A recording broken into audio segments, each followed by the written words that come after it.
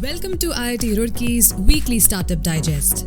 Our first news comes from a startup that offers tech solutions for managing staff attendance, work and payroll to small businesses that employ blue-collar workers.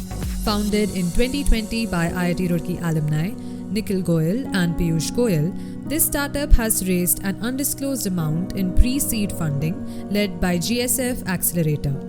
The next news comes from online travel portal Ixigo, which is looking to raise 750 crore rupees through primary issues of shares as part of its 15 to 1800 crore initial public offering. This platform claims to process over 5,000 crore rupees in annualized gross booking value and has over 230 million app downloads since its inception. It will be looking to give a partial exit to its investors through an initial public offering of stocks. Last news in IPO comes from a company that has helped India digitalize through its digital payment platform, India's largest unicorn fintech startup, that is Vijay Shekhar's Paytm. Paytm is planning to release India's largest IPO, aiming to raise about 21,800 crore rupees in an initial public offering late this year, and is targeting a valuation of around $25 to $30 billion. Now let's check news from fundings and acquisitions. As Twitter faces friction with the Indian government, its Indian rival regional language social media platform, Koo, has raised $30 million funding in its Series B, with Tiger Global leading the investment round. It will utilize the fresh funding to strengthen engineering, product and community efforts. The microblogging platform claims to have nearly 6 million downloads and is in the race to beat Twitter. As COVID-19 persists in the country, the demand for pharmaceutical products has increased exponentially.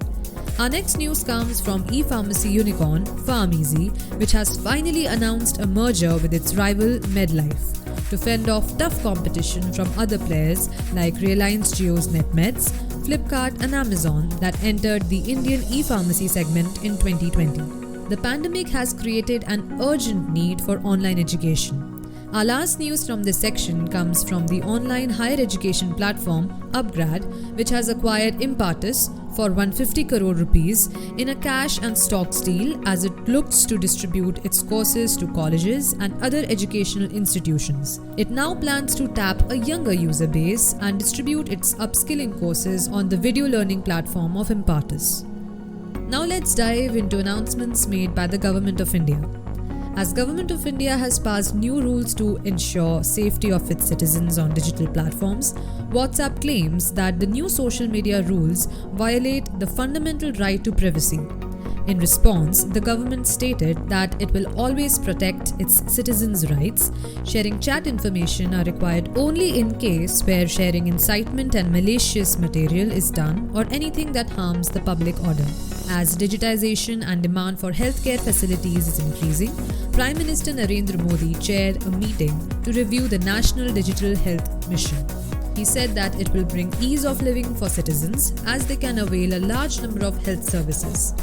This interface will enable public and private solutions and apps to plug in and allow users to search, book and avail necessary healthcare services such as teleconsultations or laboratory tests.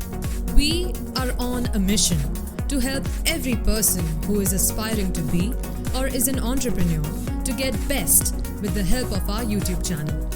Like, share and subscribe for fresh content every week.